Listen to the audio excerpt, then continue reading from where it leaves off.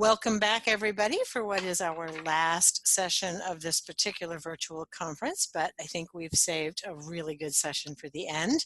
So we're going to be talking about coaching the women farmer and rancher, and we've got three delightful people who are going to share some different kinds of examples with you about what's going on. And we're going to start with my colleague on the West Coast, Maud Powell, who's coming to us from, I don't know where you are in Oregon, but are you in? I'm in Southwest Oregon, just Okay. outside of Medford, Oregon. Yeah.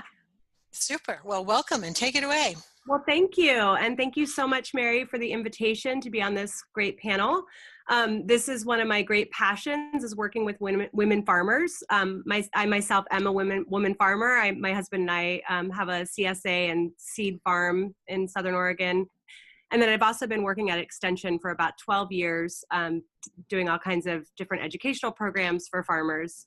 So today I'm going to talk about a couple of things in my 10 minutes. I want to talk a little bit about our League of Women Farmers, which is our farmer network down here that's been active since 2005. And then I also want to talk about the National Women in Sustainable Agricultural Conference, which a colleague of mine and I organized in December of 2016. So I'm going to talk about both those briefly and then happy to take questions. So first off, with the Women's Farmer Network, which we call the League of Women Farmers, we have been meeting approximately 4 to 6 times a year. We've got an active group of 50 women that come off and on to our programming. And we've really focused on having a diversity of different types of venues and offerings. Everything from farm tours, skill building sessions have been really popular. We especially focused on that in the early days of the network, where we had a lot of women who were interested in learning to improve their tractor maintenance skills, learning how to set up irrigation, fencing, areas that have typically women have felt somewhat marginalized from, or have, in old school farming have not necessarily learned those skills. So having a safe space where we either had a woman who was teaching the classes or it was an all women group, people found that they were able to learn much better those skills. We've done work parties, workshops. We've had a lot of social gatherings over the years. So everything from baby showers to one woman lost her husband, and we gathered and helped her with a project on her farm that she was unable to do without her husband. And then we do an annual retreat. So it's a really diverse type of program offerings. And we found that has really helped with building long-term relationships and trust. And through that, we had a graduate student who documented some of the long-term impacts of the League of Women Farmers last year, and found that, as you can see here, some of the major impacts were development of long-term mentor relationships, helping women in the area develop an identity as women farmers. A lot of the women came into the League of Women Farmers feeling like they weren't really farmers. They may have been focused more on the marketing or the business aspects of the farm, and they didn't even see themselves as farmers. So that has been a big impact. There have definitely been a lot of business relationships that have come out of it. We have people that share booths at farmers markets. Someone has done a cooperative CSA program, a sense of camaraderie, and then, of course, skill and information sharing, which comes through our workshops. Just a couple of quick things in terms of lessons learned. Beginning in 2005, we formed a steering committee that was actively involved in helping us decide what the programming would be like, helped in recruitment. So having some real investment from women farmers was helpful in establishing the network. As I mentioned, focus on building long-term relationships, being nimble. So just being aware as the needs of the women change, and then continuing to recruit new members. So this is one thing we found about 5 years ago, as we had attrition as people had stopped farming and moved away, and our numbers kind of shrank a bit. And so we really focused on reaching out to newer women farmers in the community. So I'm going to turn now to talking a little bit about the WISA conference. So again, this was the National Women in Sustainable Agricultural Conference, which we held here in Portland, Oregon in December 2016. You could see it was a fairly large scope, 400 attendees. We had a great planning team. Both Lisa and Mary were on that team. We were blessed to have them. And you can see we had, it was just a 3-day conference with everything, the farm tours and the workshops. So we just, 3 of us just completed a peer refereed paper that we're submitting to the Journal of Extension. So I wanted to share a little bit about that, some of the things that we found in writing that paper. And so we did do quite a bit of evaluation. We evaluated the program immediately after the conference ended. We sent out evaluations to all the attendees, and then we actually did a follow-up 8 months later to find out what some of the longer range impacts of the conference attendance was. And so in submitting the paper, we started to look at some of the assumptions we had made about what it would be like, what would be successful in terms of organizing a conference for women. And so we had to really examine what were some of our biases around women farmers. And these were some of the assumptions we made. We thought that women would prefer attending a conference where peer learning and networking opportunities were emphasized. So again, focused on that relationship building. We felt like women would be more likely to participate if the presenters and the fellow attendees were also women. We felt like building new relationships and connections and deepening existing relationships would be a priority for attendees. And we felt like women would want to relate to other women in terms of this shared identity. And the last 2 assumptions we made were that women crave situations where they're with other women farmers, partly because they often do feel isolated in their own communities. And then finally, we felt like it would be important for people to know that we were offering scholarships to people that were not able to come, so that it was accessible to lots of different people. So in terms of some of the feedback we got, we surveyed people on their motivations for attending a women focused conference. Men were obviously allowed to come, and we did have a handful of men attend the conference, and we had a couple of male speakers, but it was primarily women at the conference. And you can just see here, I won't go through this, and these slides will be available to you, but you can see what what people indicated were their primary motivations for attending a women focused conference. Just in the interest of time, I'll keep moving, but so then we also asked participants to elaborate on the advantages, and people who responded talked about their willingness to share more.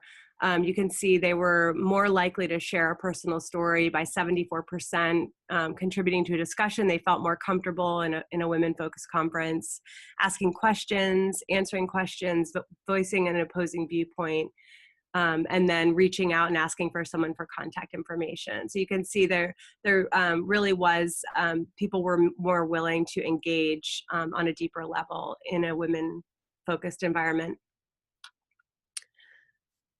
This was an interesting, this came from the evaluation that we sent 8 months after the conference.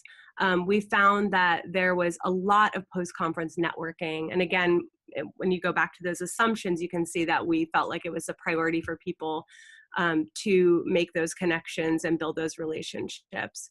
And you can see that we had pretty high percentages. I mean, 25% of people talked about making a business contact after a conference, which it seems pretty high to me. There was, a lot of connections that were made after the conference.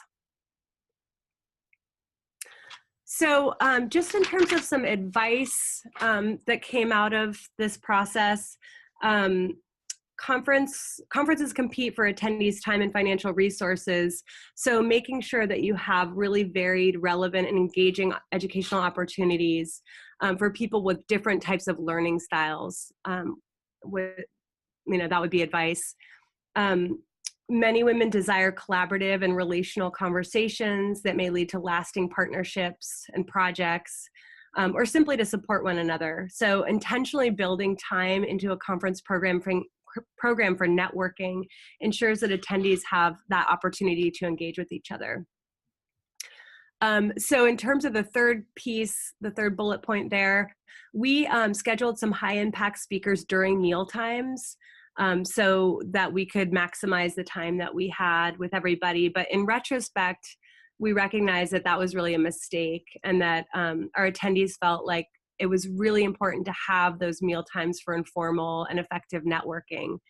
And so having a speaker was actually a distraction during meals.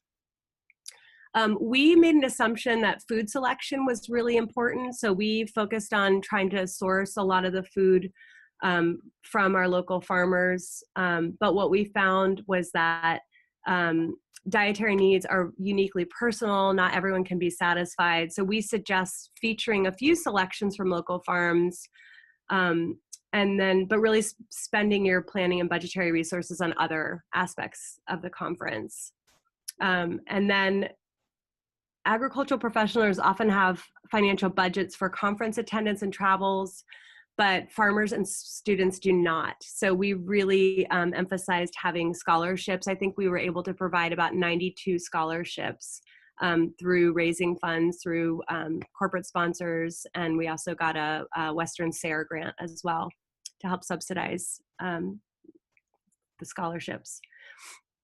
And then finally, we felt strongly that women be involved in the planning process. So the 22 women on the steering committee helped to come up with the topics that we would cover, making sure that they were diverse and relevant to women. And then when developing the call for proposals, just clearly communicating that women have the knowledge and experience that is valuable, and that other women would benefit from that information that would be shared. So that seemed like an important component as well. And these are just references that I cited. So if you like to read more about some of the research that's been done on providing extension programming for women specifically. And with that, that was 12 minutes. So well done. So while Jean is sharing her screen, and Jean, go ahead and get your presentation up. And do you want to say on the first day we were together, the subject of childcare came up? Do you want to say something about childcare and conferences? Yeah, that was another assumption that we made, is that we would be, that would be important to women. So we actually spent quite a few resources and energy setting that up, and then it turned out to be heavily underutilized. So I think only 1 or 2 people actually used the childcare that we provided. So that was something we thought about and did, but then was not really utilized. And that has been our experience as well at a number of things. Right. But I do think it's really important to offer it, even if I think it just, the message it sends is far more important than the service it provides. Yes, absolutely. Yeah. Thanks for bringing that up. It was not something I mentioned. Okay, Jean.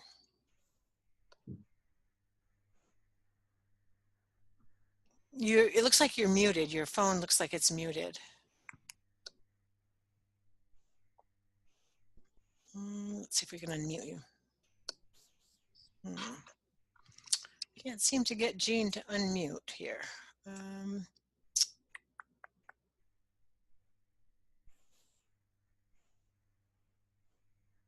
Unmute.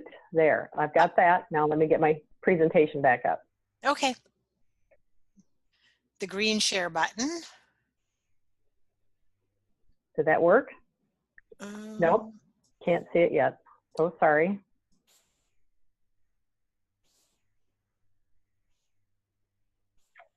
Well, there it is.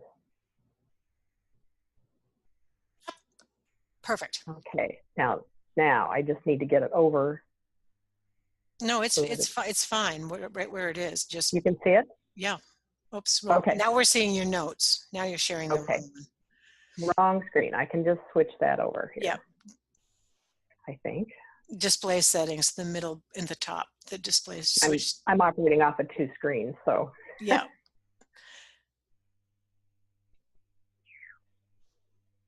At the very top where it says show taskbar, the middle one says display settings. If you click on that, no, yeah, that one. Swap presenter and slide and you'll be all set. There we go. Perfect. Okay, there we go. Terrific. Thank you. Sorry for the fumbling on the technology here. So I need to get back to my first slide. There we go. So I am eResources Group. I am an independent contractor who started on working on this particular topic as part of my dissertation research. I had been a conservation professional for decades and couldn't figure out why women weren't at the table. And so that launched me into an extended research process, and after which I was able to link up with Women Food and Agriculture Network as a subcontractor to them and conduct Women Caring for the Land meetings. And so we have Women Caring for the Land, which is a specific program. It's always about a conservation topic, conservation in agriculture, all kinds of agriculture. We just really are focused on making sure that we talk about the conservation message. So that particular message is one that we know women farmland owners don't readily access. And a lot of times when I look at the conference agendas for women in agriculture, agendas for conferences, I don't often see a conservation topic. And so that's our purpose. And I also teach a course called Improving Conservation Delivery to Women Producers and Landowners, and that is offered to NRCS employees to help them meet their conservation planner certification. And so I've been working in many states and have had the privilege of working with a lot of women farmers as well as landowners who are very, very invisible in all of agriculture. So we have been doing Women Caring for the Land for more than 10 years now, and I've been in front of more than probably 3,000 women in meetings and more than 200 meetings. And so what I'm telling you is going to be based off of my experience with those particular meetings. So I'm really glad that Maud was able to talk about the conferences and heard a little bit of Madeline Schultz talking about the evaluation, which has been vital for us in bringing our program to where it is today. So what I'm sharing here is the fact that women have different learning preferences, not styles. Our brains are wired a little bit differently, but that has nothing to do with our ability to learn. It has to do with learning preferences. And Maud's assumptions that she laid out for the conference are in total alignment with this. A lot of our agricultural outreach traditionally is a man talking to a group of ladies or a group of men. And that assumes that women have the same goals as men, which is production at all costs. And often that's not necessarily the first thing that comes up. So I'm going to be talking more about our non-formal education programming that comes out of a style that was developed to serve men who were the primary audience for agricultural education. And most of us who are in some level of agriculture have adapted to learning in lecture style environments. We've gone through some schooling in that sense, but it may not necessarily be the case that that's what we prefer.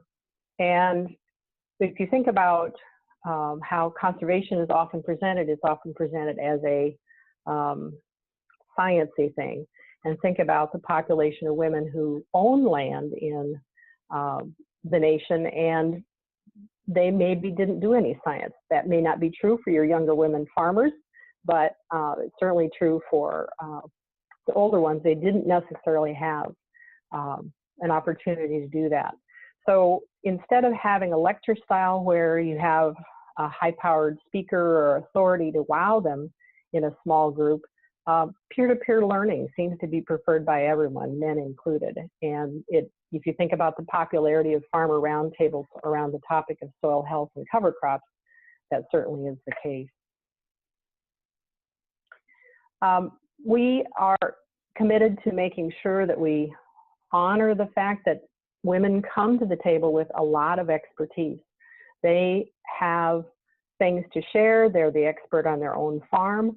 And so we encourage a different sort of format. Instead of standing up and doing a lecture or a PowerPoint, we encourage everybody to sit down. We sit in a circle so everybody can see. There's no one long table that you can't see down, see people on the end.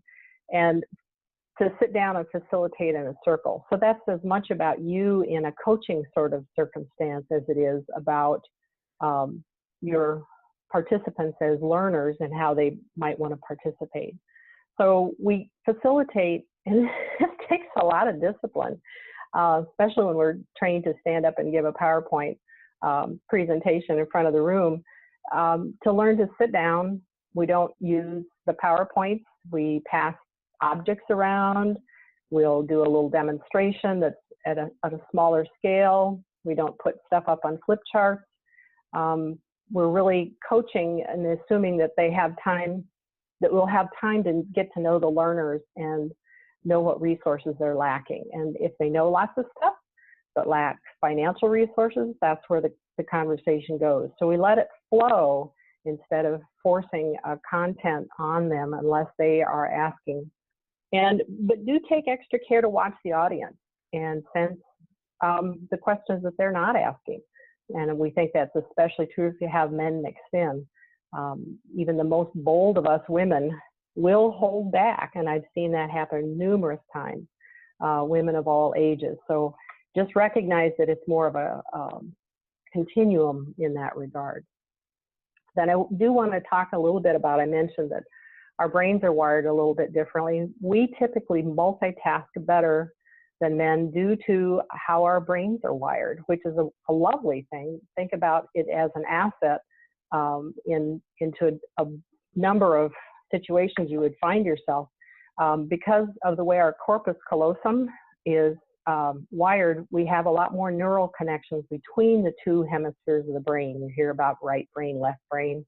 Well, the corpus callosum is the part that connects the two hemispheres of the brain.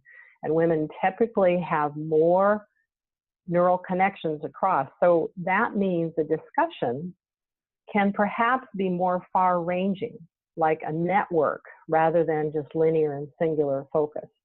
So you might think about, when it comes to conservation planning as something that we might look at, instead of saying, what are your goals and objectives, which is what our NRCS 9-step conservation planning program is, this shifts to what are all the considerations you weigh before making a decision about X, Y, Z. All of the things, so that we put all the things on the table, because that's a multitasking way of approaching things. Then we'll narrow it down and get down to that singular goal and objective. We just approach things a little bit differently. So recognize that your audience might prefer that sort of a discussion format and go for that. And my last point then is to just really think of learners and teaching and coaching as a continuum. It's not either one way or the other. You don't have to do one thing or the other exclusively, but there's really a continuum. You may be working with that League of Women Farmers out there, and they may be a lot more linear. They may be orienting to topics, and once they've gotten to know each other, kind of know what everybody's expertise is, then they may be after that more high-powered speaker who can really wow them with expertise. But I'm betting that they probably always will want to have that discussion and have that peer-to-peer sort of opportunity. So I'm just encouraging you to think about your own default presentation style. We all have one that we kind of default back to, but work to match your learners, work to match your network, and not make them match you. Work to match them when you're facilitating and coaching. That's what I have. Great. Thank you very much. All right, Lisa, Okie doke. Can you go all ahead and share your screen and we hear will. me? Okay. I see Jean's screen and I assume we'll see mine and hope you all can hear me. Okay. Great. Hold on, the screen share hasn't caught up yet. Did you click the green share button? Green share button. It says I can't while others are sharing. Oh, hang on just a sec. I'm wondering if Jean needs to unshare her screen first. Yeah, I had to probably. press that. Press the Uh-oh, red. I closed some things down. I can't get back to the big screen now. There. Okay, I stopped I must do sharing. it. here you go. So And perfect. there we go. All good? All good. Okay. Well, thank you. Thank you, Mary, so much for bringing all this to life. This is awesome. And hi, everybody from Wisconsin, slightly cold.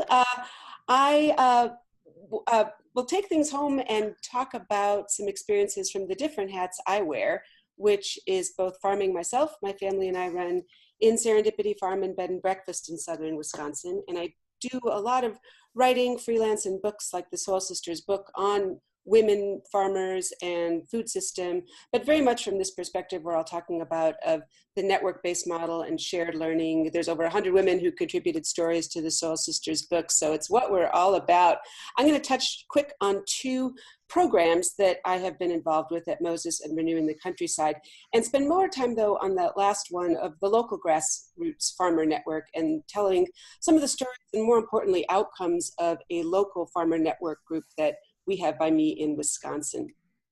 So I have had the pleasure of working with the Midwest Organic and Sustainable Education Service, Moses, which is our organic farming informational hub, if you will, here in the Midwest now for 10 years on our In Her Boots project. So it's interesting because we started very lean and are still a small slice of the bigger Moses pie, but I'm proud that we have had some form of different ongoing outreach to women farmers now for a decade, very much based on that peer learning model of everybody has something to share. We attract a particular beginning farmer audience to our crowd.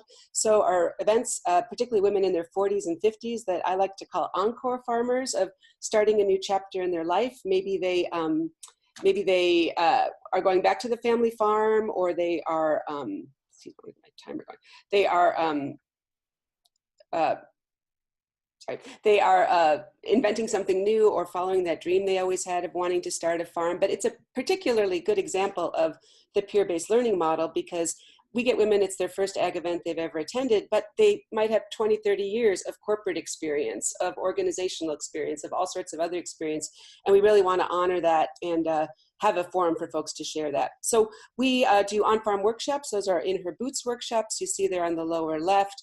We do 2 to 4, 6 of those a summer, depending. You can see winter's on the brain here, depending on how resources and funding goes. And then we also at the Moses Conference, which hopefully most folks have been to or would be on your radar. It's the largest organic event in the known galaxy, as we like to say, coming up end of February in La Crosse, Wisconsin. We have a track of breakouts there, which is interesting. We found that doing a workshop for women farmers at a larger full ag conference isn't always our best venue. I'd rather negotiate for some smaller real estate space, some breakout rooms, and do smaller discussion-based breakouts. And there we can get into specific topics of interest like farming midlife that wouldn't warrant a full stage necessarily, but we always get women who are very grateful and wanting to share those experiences. So we have a couple women who facilitate, but again, very question-answer discussion model. We also are able to focus on women farming solo, which we always find as a need. It's one thing if you're farming with your partner or your spouse, but if you're farming your operation on your own, that's a unique set of both challenges and opportunities that we want to address. And we've worked on a lot of partnership projects. The Women Caring for the Land, Moses has been the Wisconsin partner working with Women Food and Ag Network, and Jean for years now. So we're nimble in that sense and love to have opportunities to cross-pollinate. And last year we started a podcast, In Her Boots. So we do episodes launching every Friday.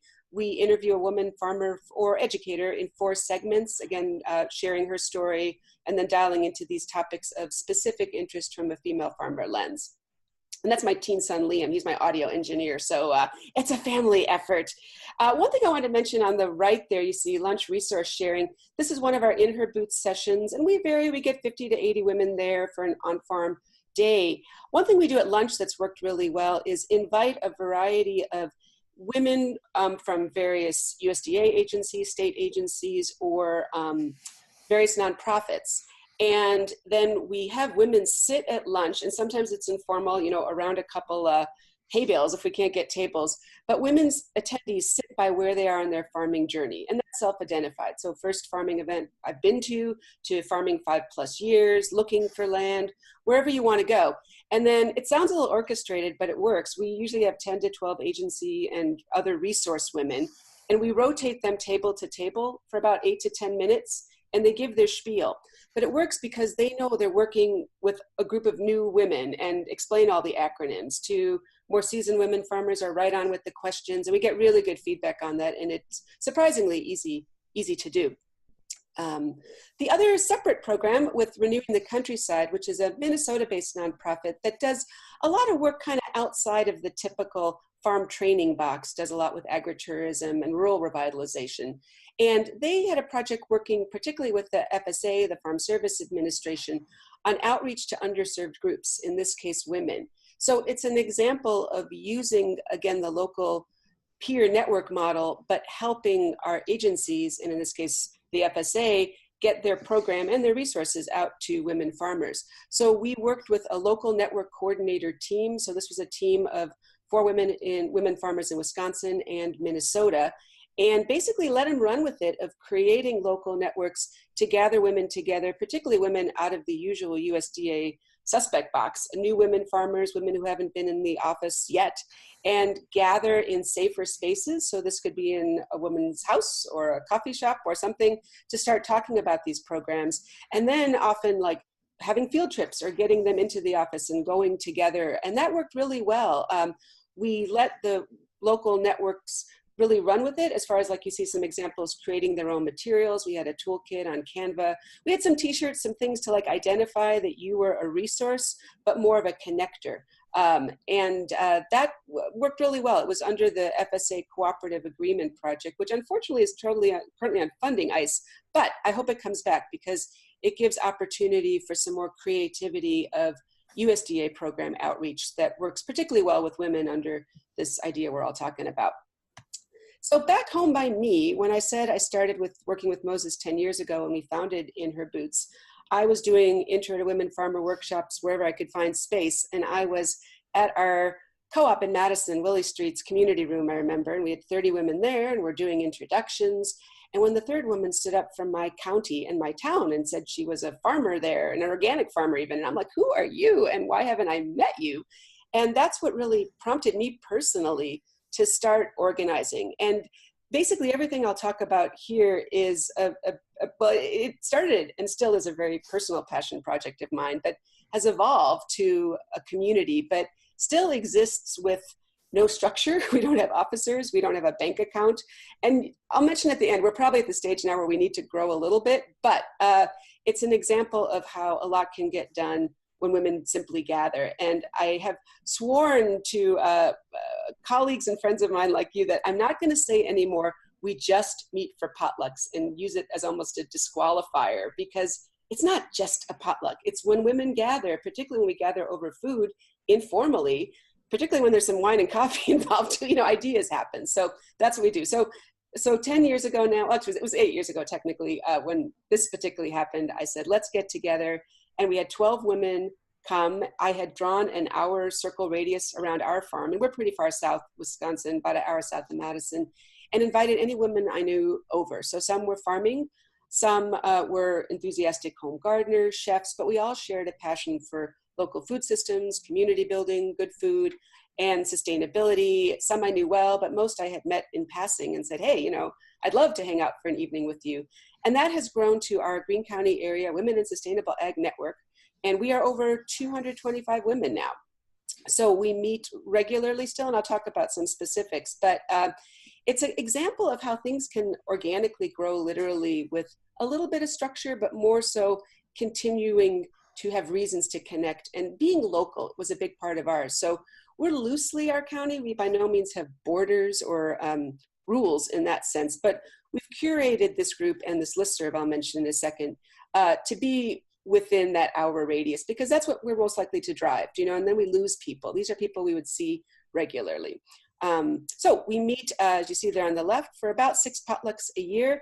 And it's good timing because I just sent out the list of potlucks yesterday. That's one simple thing I've learned, is to set the schedule now for the year. We start meeting in February because where we are, we lost too much in January and February with having to cancel. So we're a little bit more for spontaneous get-togethers then. But March through November, and of course now is a good time to get other fellow farmers to commit to hosting. We're all more open on our schedules. And yeah, we meet for potlucks on women-owned farms. And we usually have some sort of tour or activity or demo. Anna Thomas Bates there is also a food writer, and she specializes in cocktails. Twist our arm. But I just want to let you ladies know we were educational. Those are bitters at the bottom. So she was teaching us how to do homemade bitters, rhubarb bitters, but again, very much in that peer sharing learning model. And it's amazing too how when we set these up, women, especially beginning women farmers, are often like, I'm not sure, I'm not ready to share, I don't know what I can do. And there's always something, and it always just works out great. What we do at the potlucks always to kick them off is to go around and do introductions, which probably, 75% of the women have been there before, but we always get new people. We always do introductions, and we always say, what do we need? Which is a very broad question. It could be, I need a ride to Chicago tomorrow, and somebody can hook you up to a broader need, but it really helps us articulate what we need and go from there. We also have a listserv. This is still a basic Yahoo listserv of these over 200 women. I posted, this is the digest version from yesterday. Granted, it's been very cold, but you see help. I'm not sure what it was, but somebody needed help, and there was immediate help there. And that happens a lot. And as you can see, it's quite active and vibrant. And what's also happened by women getting together is these ideas that hang out there are finally getting some tangible next steps. So the one you see at the bottom, meat processing, we've had discussions for years and all sorts of tangents on this listserv about the need for more local meat processing, particularly driven by the women who are doing more heritage meats and need more artisanal processing, aged curing, that sort of thing, and nothing exists. So April and 2 other women put together a SARE Farmer Rancher grant to do a business plan for this meat processing facility idea. And now they have some resources, they know each other to really get something concrete and still dial into these resources of each other. We also meet for a retreat, which is kind of like a summer party. Yeah, we get 25 women, and whoever has the biggest farmhouse and can kick out the most of the rest of their family. The leadership retreat happens in December for one night and very much focuses on local leadership and what our roles we can take and how can we encourage each other. And as you'll see, there's been some great outcomes of that, because as we started meeting for a couple of years, we very much had the urge to do more and to involve more of our community, involve those men in our lives, in our community, and how could we do that? So the things I'm going to mention briefly are offshoots. So indirectly very much related and very much connected to this group of women, but their own beings, like our South Central Farmers Union chapter. So we wanted to do more policy work, be more active. We've got a great farmers union in Wisconsin, but like with a lot of states' farmers union, the chapters are really big. It was like 7 counties. So we could slice off 2 counties in this case, and started with the only all-female board in our state and are now the largest and fastest growing chapter. So our chapter was involved with, just the convention was last weekend, of getting some resolutions for hemp growing and resources, which I know is around the country, but is something now that we can particularly sink our teeth in and have an active portal for that. We also, I mentioned the leadership briefly, but the 3 women you see in the middle there, Betty, Erica, and Chris, this was 2 years ago now, ran for county board. And we've been fighting, and won, shall I say.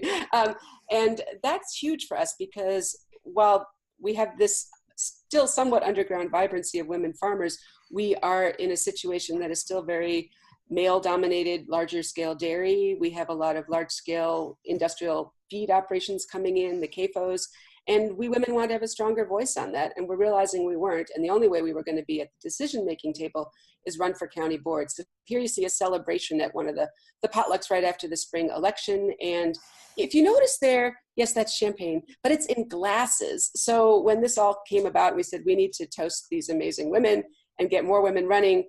One of the women in our group said, hey, we're not going to do this with plastic. So she scoured all the St. Vinny's and Goodwills and got a very eclectic, non-matching set of 50 champagne glasses, which I'd argue every local women farmer network needs when you need to celebrate. Also, too, taking on other policy issues because we know each other. A band of 3 of us in the middle there, and Della Enns and Chris Marion, other fellow farmers, took on politicians in our state who were working too slowly to lift the ban via a lawsuit on the sale of home baked goods. It was illegal to sell cookies in Wisconsin. So again, because we knew each other, we had this momentum behind us, we took on some things that we would have never done ourselves and really had a lot of fun doing it and put our Senate into a diabetic coma with all the cookies we brought to Madison, but so it goes. And lastly, this is our more public event that I wanted to share because we started it with really the intent of, we had this local farmer network going and we wanted to go public and particularly get families and people out on our farm. So we started 6 years ago with this Soil Sisters tour, which now has evolved into a weekend. It's always the first weekend in August, and is really one of the larger, if not the largest, women farmer-led events of its kind in the country. We have over 30 on-farm workshops, culinary events, a team of 20 women farmers running this, that's now driving our rural economy and getting people out to visit and experience farms. And it still makes a lot of us chuckle that, you know, people are going to pay me to do that. Like, come out, and I'm basically opening my chickens and letting them out. And Katie Dixon there, she, interestingly, when we first started, wanted to do a workshop for kids, thinking getting kids on the farm. So she had a workshop called Be a Farmer for a Day. And the description was, pull on your muck boots and, you know, go on a hayride, pick some eggs, $15. She had all adults sign up. So the next time she charged more, and she said, hey, wait a minute, there's something here. Yeah, people want to pay for my experience, what's in my head, and the whole experience of coming out on a farm. So we do a lot of those.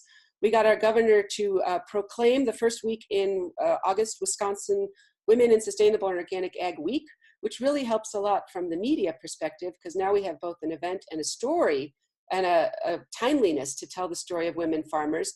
And that's really resulted in a lot of media attention. And I share this because sometimes having this network and having a platform and an event brings it all together and gives a good opportunity to tell your story. So I've calculated, we generate about $25,000 annually in media. So this is stories about women in our network and this event and things related to it that come out of the Soil Sisters gatherings. So that's huge. And it validates things in a way that we couldn't do otherwise, and that both promote businesses, but also importantly promote this movement of women farmers. And I want to give a plug. I just found out, so Farm Her, Margie came out and filmed last year, and the 2 episodes they're going to do on Soil Sisters are going to air next month in March and April. So stay tuned there. But yeah, that's some quick things in a nutshell that we've been doing. When I mentioned in the beginning, we're at a stage of growth is we're kind of needing to add a little structure. We have this event that's growing loosely under our Farmers Union chapter, but in this next year, we're going to be having more of a nonprofit home and hopefully too compiling some of our learnings for other areas that now want to start their own Soil Sisters. We don't even call it a chapter because we don't want that formality behind it, but we'd love to be able to support other area women farmers in sharing what we've learned more formally. But that's me. Well, thank you. Thank you all. That was awesome. So anybody have any questions? Go ahead and get those into the chat. And in the meantime, I've got a couple questions for you. And I don't know who wants to take this on, but I'll let you decide. How do you sort of keep the energy going? And I think Lisa spoke to this a little bit, but in terms of sustainability and like if Lisa weren't here tomorrow or if Maud weren't here tomorrow, how do you keep these networks alive and moving? Yeah, I can take us initial stab at that because we've always been in that situation of not a funded entity. And as I mentioned in the beginning, it is a passion project of mine. However, it was really probably 4 years into it that I could finally say, hey, I could move. And there's enough momentum and enough people there. But it does take consistency in leadership. But I wouldn't say it takes that much either. It sort of takes a couple people to ringlead along. And I'm keen on these informal networks because, as we all know, funding comes and goes and positions come and go. And these good programs we're creating, we want them to have a life after the funding goes. And that really has to do with that building of community. One thing we have seen in our area, which I'm really inspired about, is new women moving to the area who hear about what we're doing or come to an event and, hey, I could move and be a part of a community, which we welcome. So it's bringing the new people in too. Super. Maud or Jean, either one of you have anything to add to that? We have always had some funding for a coordinator, which I would argue is really helpful to have somebody in a paid position that's able to do some of the heavy lifting with organizing. I mean, I agree with Lisa, it doesn't necessarily take a tremendous amount, but I think it does help for women to be able to feel like women farmers to feel like they're not taking on an additional responsibility in organizing. And I think for us, it's just been really regular checking in with the women to see, what's new and exciting, what topics would you like covered, mixing it up a lot. So, one year we had a session where people came in and we did all of their like food safety signage that they needed. And we actually did the lamination together and the whole process. And so just, kind of constantly adding new types of opportunities to network, and then doing a lot of surveying and checking in. But again, that does take some staff time, I think, but we've been lucky enough to have that. Yeah, I mean, in my experience, it sort of ebbs and flows. There's this natural life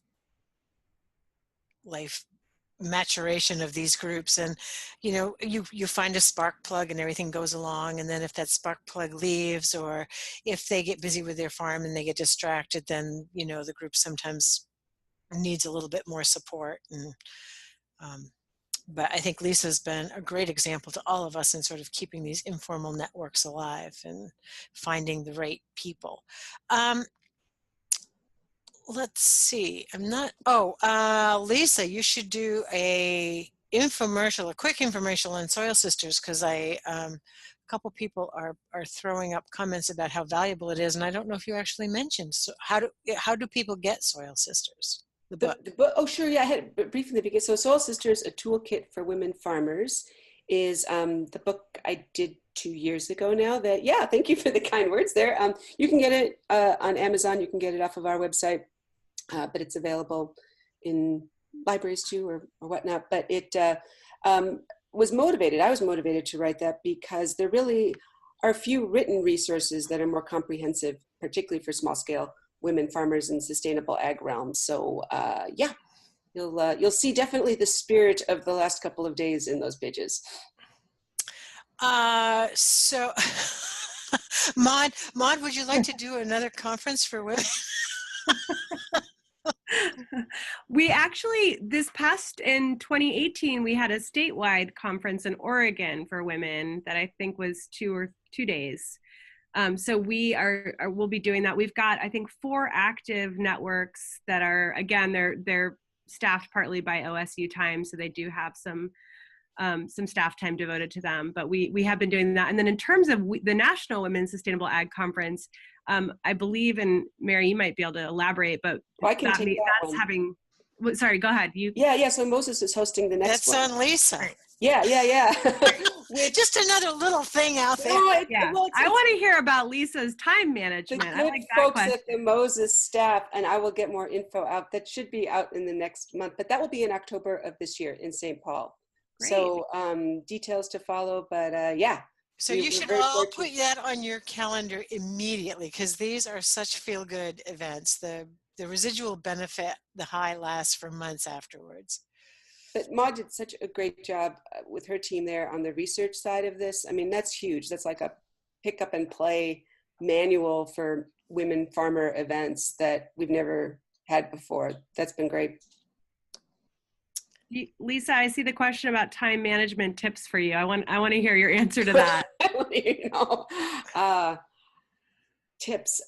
Well, we have a very seasonal lifestyle in that sense. So now and into next month is really, for me, a lot of the planning side. I was joking, but it is easier to get farmers to commit to things now than June, you know? So for our In Her Boots workshops and things like that, having those conversations now go a long way in, it's kind of like, you know, an hour of weeding in May is 4 in July. A conversation in January with a woman farmer for something happening in July goes a long way. So that I've learned the hard way, but yeah. And Jean, what's next for Women Caring for the Land? We're looking at, always looking at new state partners, and we may be expanding some things towards the western states a little bit. There's a new group called Women in Ranching that's gotten started, and we may have some conversations with them to see what might be possible.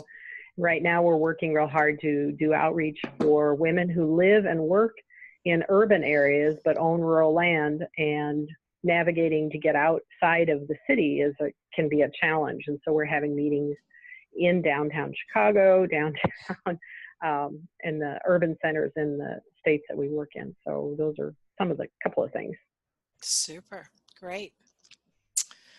And we will not forget Puerto Rico. Anna, don't worry. In fact, we should probably have one of our national conferences in Puerto Rico some winter.